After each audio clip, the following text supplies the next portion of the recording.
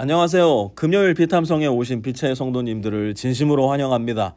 이번 한 주 뜨거운 날씨 때문에 많이들 고생하셨을 텐데요. 오늘 밤부터는 폭염경보가 해제되고 90도대의 온도로 기온이 조금은 떨어진다고 달사람닷컴에서 얘기를 해주더라고요. 모쪼록 이제 시작인 텍사스의 이 열기 속에 건강 관리들 잘하실 수 있었으면 좋겠고요.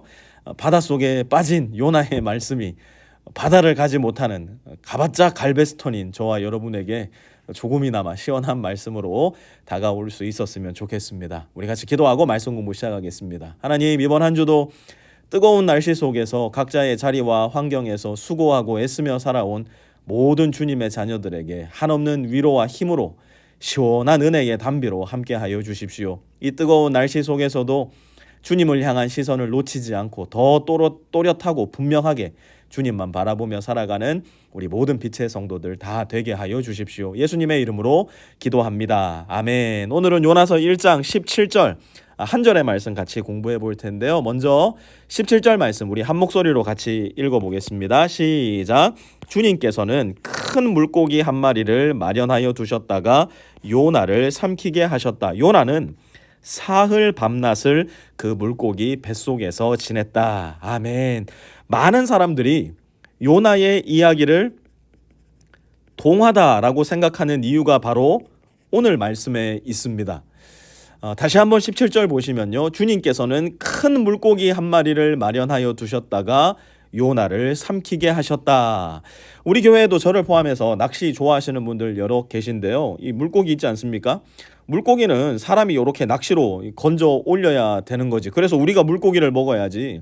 이 물고기가 사람 먹으면 됩니까? 안 됩니까? 상식적으로 생각했을 때는 이거 안 되는 겁니다. 상식선에서 생각한다면 얼마든지 이 이야기는 맞지 않는 이야기고요. 받아들일 수 없는 이야기입니다. 하지만 한번 생각해 보셔요. 우리가 알지 못하는 세상에서 우리의 상식과 이성의 범위에 맞아떨어지지 않는 일들이 얼마나 많이 일어납니까? 오늘 본문 속 물고기만 해도 그래요. 우리는 평생을 살아도요, 이 1m 넘는 물고기 실제로 보는 경우가 거의 없습니다. 낚시 좋아하시는 분들의 꿈이 이 메타급 물고기 한번 잡아보는 거지만 현실은 어떻습니까? 이 6자 7자 이게 무슨 얘기냐면 60cm, 70cm 되는 물고기거든요. 요런 거만 잡아도요 평생 자랑거리입니다. 그런데 만약 진짜 바닷속에 들어가면 어떨까요? 한번 이 사진 봐보실래요? 이 사진이 그 스퍼մ 웨일이라는 종류의 고래라고 하는데요. 이게 사람 크기예요. 그런데 갓 태어난 베이비 고래의 크기가 요건데요. 이미 3.7m입니다. 1950년에 실제로 발견된 고래인데요. 1950년에 발견된 남자 성인 스퍼մ 웨일의 크기가요 20.7m였습니다. 1933년도에 발견된 스퍼մ 웨일의 장성한 스퍼մ 웨일의 크기를 얘기하는 거예요. 그게 얼마나 컸냐면 24m였어요. 우리가 보지 못한다고, 우리가 알지 못한다고 우리 눈에 보이는 조그만한 고래만 바닷속에 사는 것은 아니라는 이야기예요.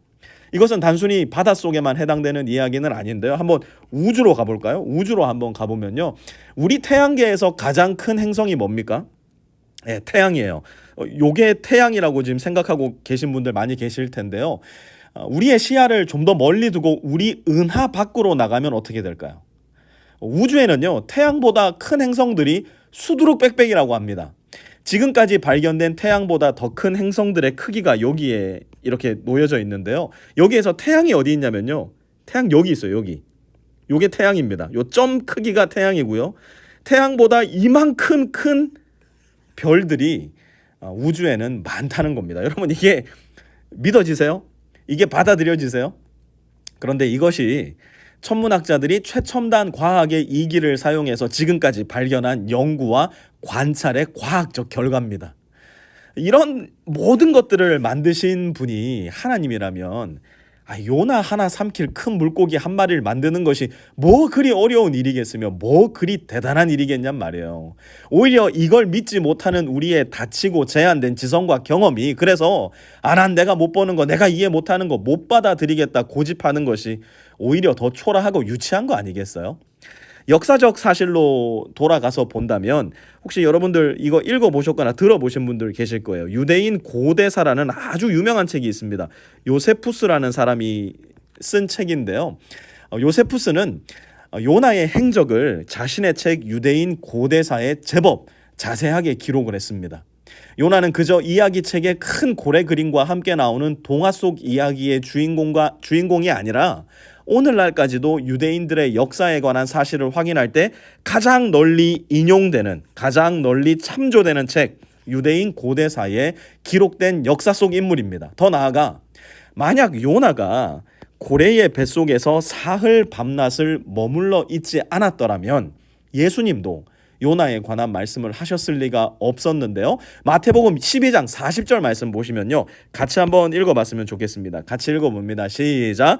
요나가 사흘 낮과 사흘 밤 동안을 큰 물고기 뱃속에 있었던 것 같이 인자도 사흘 낮과 사흘 밤 동안을 땅속에 있을 것이다. 심판 때에 니느웨 사람들이 이 세대와 함께 일어나서 이 세대를 정죄할 것이다. 니느웨 사람들은 요나의 선포를 듣고 회개하였기 때문이다. 그러나 보아라, 요나보다 더 큰 이가 여기에 있다. 아멘. 예수님은 요나의 이야기를 자신의 십자가 죽음과 부활에 잇대어 말씀하고 있는 겁니다.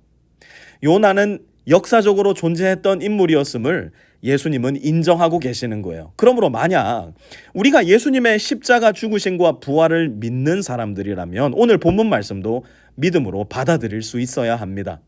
그런데 정작 우리에게 중요한 것은 요나가 물고기에게 먹혔냐 안 먹혔냐, 그 배에서 사흘 밤낮 머물렀냐 안 머물렀냐가 아닙니다. 우리에게 정말로 중요한 것, 그것은 하나님께서 도대체 왜 요나에게 그렇게 하셨냐는 거예요. 요나는 거기에서 무엇을 발견하였고 그리고 어떻게 그의 삶의 방향을 바꾸었는지가 더 중요합니다. 왜 그럴까요? 저와 여러분에게도 마치 어두운 심해의 큰 바다 괴물에게 잡아먹혀 삶의 끝자락에 서 있는 것과도 같은 위태로운 상황이 얼마든지 닥쳐올 수 있기 때문이에요. 만약 지금 나의 삶이 바로 그런 축축하고 어둡고 절망스러운 자리라면 우리는 이제 곧 공부하게 될 요나서 2장, 3장, 4장의 말씀에 더 귀를 기울여야 할 겁니다. 그곳에서 우리는 분명 하나님을 만날 수 있기 때문이에요. 여러분 기억하세요. 하나님은 today, 오늘도 우리에게 말씀하세요. 오늘도 우리를 찾아오세요. 내 삶의 자리가 마른 자리이든 진 자리이든, 내 삶의 자리가 쾌적하고 시원한 바닷가 해변 위에 한 켠이든 어둡고 축축한 물고기 뱃속과 같은 자리든, 오늘 하나님께서 우리를 찾아오신다면, 그곳에서 하나님을 뵐 수만 있다면 우리는 사실 가장 안전하고 든든한 자리에 서 있는 겁니다. 우리 모두 어디에 있든 하나님과 함께 있는 안전한 자리에 있게 되기를 바랍니다. 하나님, 이 세상은 끊임없이 우리에게 의심하고 불신하고 신앙의 자리를 저버릴 것을 요구하고 강요하고 때로는 애원하기까지 합니다. 우리의 지성과 이성의 자리에서 단 1인치라도 벗어나면 이것 보라고, 내 이럴 줄 알았다고, 이래도 믿을 수 있겠느냐, 우리에게 도끼 눈을 뜨고 주먹을 휘두릅니다. 그러나 주님, 이 세상에는 우리의 지성으로, 우리의 이성으로 이해할 수도 없고 납득할 수도 없는 일들이 얼마나 많은지요. 오 주님, 우리 모든 빛의 성도들이 이해함으로 믿을 수 있는 가련한 사람들 되지 말게 하시고 믿음으로써 이해할 수 있는 복 있는 성도들 다 되게 하여 주십시오. 예수님의 이름으로 기도합니다. 아멘.